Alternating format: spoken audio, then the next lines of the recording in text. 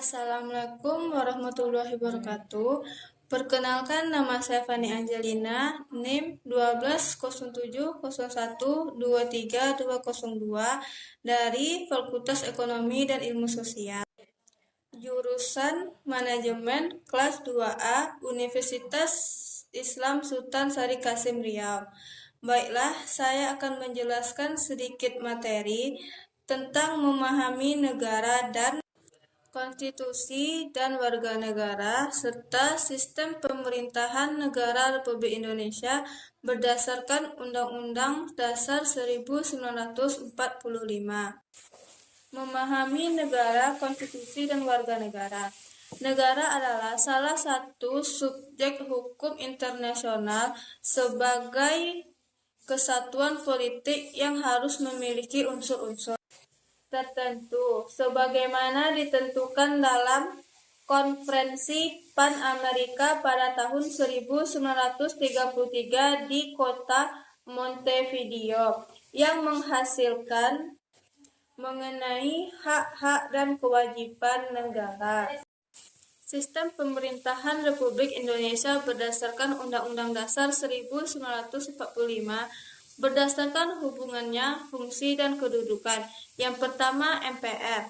Hubungan MPR dan Presiden yaitu MPR sebagai pemegang kekuasaan tinggi sebagai wakil rakyat berdasarkan Undang-Undang Dasar 1945 di samping DPR dan Presiden. Fungsi dan kedudukan MPR. Setelah Undang-Undang Dasar 1945 mengalami amandemen, kedudukan MPR disejajarkan dengan lembaga-lembaga lainnya seperti DPR, Mahkamah Agung, dan Presiden. Sesuai dengan Pasal 3 Ayat 1 Undang-Undang Dasar 1945, MPR mempunyai tugas yaitu mengubah dan menetapkan undang-undang dasar dan melantik presiden dan wakil presiden. Sistem pemerintahan Republik Indonesia yang kedua yaitu DPR. Dewan Perwakilan Rakyat. Hubungan DPR dengan presiden yaitu sebagai sesama lembaga dan sesama anggota legislatif bersama-sama mempunyai tugas untuk membentuk undang-undang dasar dan menetapkan undang-undang tentang anggaran, pendapatan, dan belanja negara. Adapun fungsi dan kedudukan dari DPR yaitu merupakan lembaga perwakilan rakyat yang berkedudukan sebagai lembaga negara. Adapun fungsi DPR yaitu yang pertama fungsi legislatif. Fungsi legislatif DPR adalah merupakan lembaga perwakilan rakyat dan sebagai lembaga negara. Adapun fungsi DPR yaitu yang pertama fungsi legislatif merupakan fungsi legislasi. DPR berfungsi sebagai pembuatan undang-undang. Yang kedua, fungsi anggaran. DPR merupakan lembaga yang berhak menentukan anggaran pendapatan dan belanja negara. Yang ketiga, fungsi pengawasan. Artinya, DPR sebagai lembaga yang melakukan pengawasan terhadap pemerintahan untuk mengawasi berjalannya undang-undang. Sistem pemerintahan Republik Indonesia yang ketiga yaitu DPD, Dewan Perwakilan Daerah. Adapun fungsi dan kedudukan dari DPD yaitu Dewan Perwakilan Daerah merupakan lembaga daerah yang berkedudukan sebagai lembaga negara. Adapun fungsi dari DPD yaitu yang pertama ikut merancang undang-undang yang berkaitan dengan otonomi daerah. Yang kedua, dapat melakukan pertimbangan kepada DPR yang berkaitan dengan rancangan undang-undang, pajak, pendidikan, dan agama. Sistem pemerintahan Republik Indonesia yang keempat yaitu Presiden dan Wakil Presiden. Presiden adalah lembaga negara yang memiliki kekuasaan eksekutif tertinggi. Maksudnya, Presiden memiliki kekuasaan untuk menjalankan pemerintahan.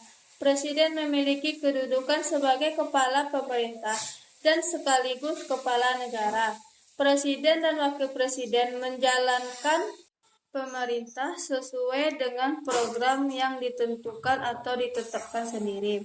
Presiden dan wakil presiden menjalankan perintah sesuai dengan tujuan negara yang tercantum dalam pembukaan Undang-Undang Dasar 1945. Sistem pemerintahan Republik Indonesia yang kelima yaitu Mahkamah Agung. Mahkamah Agung merupakan lembaga dan negara yang memiliki kekuasaan tinggi, yang merdeka untuk menyelenggarakan peradilan guna untuk hukum dan keadilan. Adapun fungsi dari Mahkamah Agung yaitu berwenang mengadili pada tingkat kasasi. Yang kedua, mengajukan 3 orang anggota hakim konstitusi. Hubungan Mahkamah Agung dengan lembaga lainnya yaitu Mahkamah Agung berwenang mengadili pada tingkat kasasi dan menguji peraturan perundang-undangan di bawah Undang-Undang Dasar terhadap undang-undang. Sistem pemerintahan Republik Indonesia yang keenam yaitu Mahkamah Konstitusi. Mahkamah Konstitusi merupakan salah satu lembaga negara yang melakukan kekuasaan hakim untuk menyelenggarakan sistem pemerintahan Republik Indonesia yang keenam yaitu Mahkamah Konstitusi. Mahkamah Konstitusi merupakan salah satu lembaga negara yang melakukan kekuasaan hakim untuk menyelenggarakan peradilan guna menegakkan hukum dan peradilan. Adapun fungsi dari Mahkamah Konstitusi yang pertama, memutuskan pembubaran partai politik. Yang kedua, memutuskan sengketa kewenangan lembaga negara yang kewarganegaranya diberi Undang-Undang Dasar.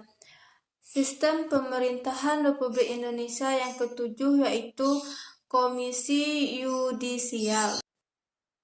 Komisi Yudisial adalah lembaga negara yang mempunyai wewenang negara yaitu mengusulkan pengangkatan hakim, menjaga dan menegakkan kehormatan serta perilaku hakim.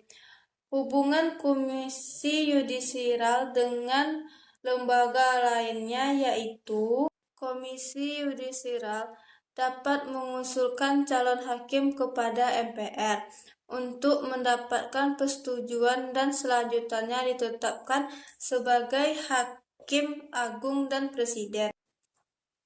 Sistem pemerintahan Republik Indonesia yang terakhir saya bahas yaitu BPK, Badan Pemeriksa Keuangan, berpendudukan untuk memeriksa pengelola dan tanggung jawab keuangan negara.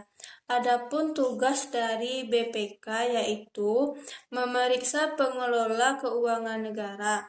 Hasil BPK diserahkan kepada DPD, DPR, MPR, dan DPD sesuai dengan wewenangnya. Baiklah, sekian penjelasan dari materi saya. Apabila ada salah, saya mohon maaf. Saya akhiri dengan Assalamualaikum warahmatullahi wabarakatuh.